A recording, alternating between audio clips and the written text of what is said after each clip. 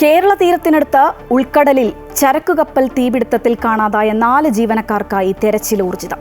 തീപിടുത്തത്തിൽ പരിക്കേറ്റവരെ ചികിത്സയ്ക്കായി മംഗലാപുരത്തെത്തിക്കും.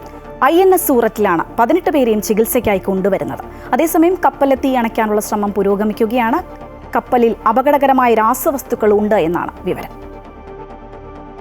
നിന്ന് 78 നോട്ടിക്കൽ മൈൽ അകലെ രാവിലെ 9:30-യോടെയാണ് അപകടം. കൊളംബോയിൽ നിന്നും മുംബൈയിലേക്ക് പോകുന്ന സിംഗപ്പൂർ ചരക്ക് കപ്പലായ AV വാൻഹായ് 503-ന്റെ പ്രൈമറി ഡെക്കിന്റെ അടിഭാഗത്താണ് സ്ഫോടനമുണ്ടായത്.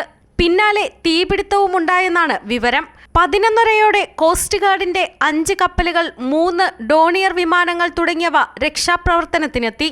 തുടർന്ന് കപ്പലിൽ നിന്ന് ചാടിയ 18 പേരെ രക്ഷപ്പെടുത്തുകയായിരുന്നു. രക്ഷപ്പെടുത്തിയവരിൽ 5 പേർക്ക് പരിക്കേറ്റിട്ടുണ്ട്.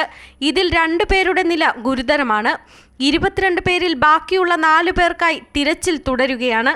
മ്യാൻമാർ, ഇന്തോനേഷ്യ, തായ്വാൻ, ചൈന സ്വദേശികളാണ് അപകടത്തിൽപ്പെട്ടവർ. അതേസമയം കപ്പലിലെ തീ അണയ്ക്കാനുള്ള ശ്രമം ഊർജിതമാണ്.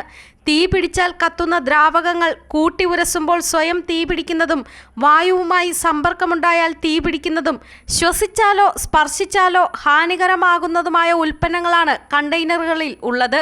ഇതിൽ നിരവധി കണ്ടെയ്നറുകൾ കടലിൽ വീണിട്ടുണ്ട്. എന്നാൽ കേരള തീരത്ത് നിലവിൽ മുന്നറിയിപ്പുകളൊന്നുമില്ല.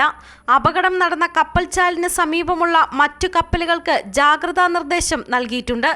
സുരക്ഷിതമായ ദൂരത്തിൽ കടന്നുപോകാനാണ് കപ്പലുകൾക്ക് നൽകിയ നിർദ്ദേശം. അതേസമയം കേരള തീരത്തിനടുത്ത് 3 ആഴ്ചക്കിടെ 2ാമത്തെ കപ്പൽ തീപിടുത്തമാണ് ഉണ്ടാകുന്നത്. അതും ആശങ്ക വർദ്ധിപ്പിക്കുന്നുണ്ട്. അമൃത ന്യൂസ്, കോഴിക്കോട്.